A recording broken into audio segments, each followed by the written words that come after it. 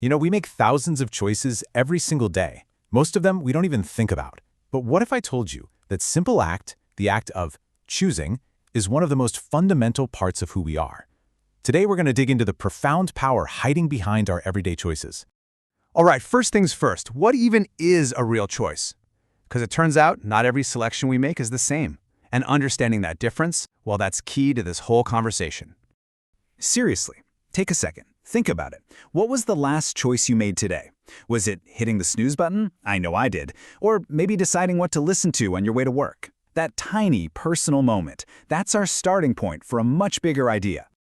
Okay, so on the surface, it's super simple, right? It's just expressing a preference. You like this thing more than that thing, so you pick it. Easy. But, and this is where it gets really interesting, there's more to it than that. And this is a huge distinction. A true choice, it isn't just about having a couple of options in front of you. It's about having options you actually prefer.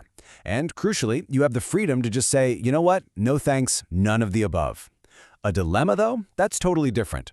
That's being forced to pick between two things you don't even want. That's not empowerment, that's just being backed into a corner.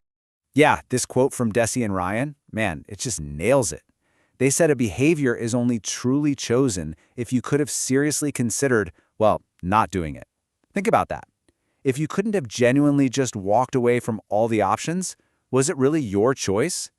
That freedom to say no, that's the secret sauce. Okay, so why are we splitting hairs here? Why does this distinction matter so much? Well, because making a real choice isn't just some quick, in-the-moment thing. It's actually the fuel for a deep psychological need we all have. It's called self-determination. And this is the big idea right here, self-determination.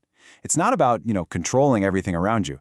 It's about feeling like you're the one driving. You're at the wheel of your own life. Your actions come from inside you. You're the cause, and your life is the effect. That's a powerful feeling. So what's the engine for this? What's the thing that actually makes it happen? The thing that makes you feel like you're in the driver's seat? Researchers have a term for it, volitional action. And boom, we've come full circle. Volitional action is just making choices that are authentically yours. Choices that line up with what you like, what you care about, what you value, without someone else pushing you one way or another. That is the engine of self-determination. Now here's the thing. This incredibly powerful skill, it's not something we're just handed when we turn 18. Nope, it's something we learn, something that develops from the very moment we're born. I mean, it's amazing how early this starts. As newborns, we're already showing preferences for people or things. Just a few months later, we're communicating those choices with a smile or a cry or just where we look. And by 10 months, we're pointing, I want that one. It's this beautiful, natural human journey. The basic toolkit for making a choice is all there before we even learn to walk. So if this is such a natural, universal thing, you'd think everyone gets to experience it, right? You'd think that journey would be the same for everybody. But this is where the story takes a sharp turn. Because for far too many people, that fundamental human journey, it just hits a wall. And it's not because they can't choose, it's because they're never really given the chance. And the research on this is crystal clear. People with intellectual disabilities are given far, far fewer opportunities to make choices and express what they want in their own lives. We're talking everything from the small stuff, day-to-day, all the way up to the huge, life-changing decisions. Let's just look at one example. One of the biggest choices we make as adults, our job. For people without disabilities, about 77% say they chose their current job. Makes sense. But for people with intellectual disabilities, that number just craters. It drops to only 11%. I mean, just let that sink in. That gap is staggering. And look, this isn't just about jobs. It's everywhere. The most basic things in life, where you live, who you live with, even having control over your own money, we see the same enormous gap.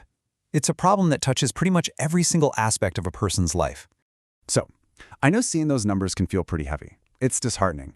But it also points us toward the solution, right? It shows us where the opportunity is. Because giving people the chance to choose, it's not just about being fair. It's about unlocking human potential. And this is really the key takeaway. Creating opportunities for people to choose isn't just, a nice thing to do. It's essential. It leads to profound, measurable benefits. And the positive effects just ripple out from there. We see a higher quality of life, better jobs, more involvement in the community.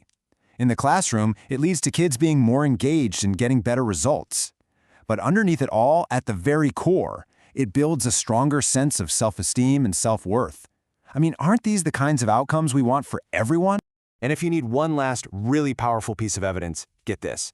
Researchers looked at all sorts of different factors, and they found that the opportunity to make choices, that was the single strongest predictor of self-determination for adults with disabilities. It's not just one of the factors, it's the factor. So that's where we'll leave it. This ability to choose. It's one of our first and most fundamental human skills. It's what fuels our sense of who we are. It's what shapes our lives. And while most of us make hundreds of choices a day without a second thought, the real question we have to ask is this: how can we, each of us, in our own lives, in our communities, in our schools, make sure this fundamental power is something that's available to absolutely everyone?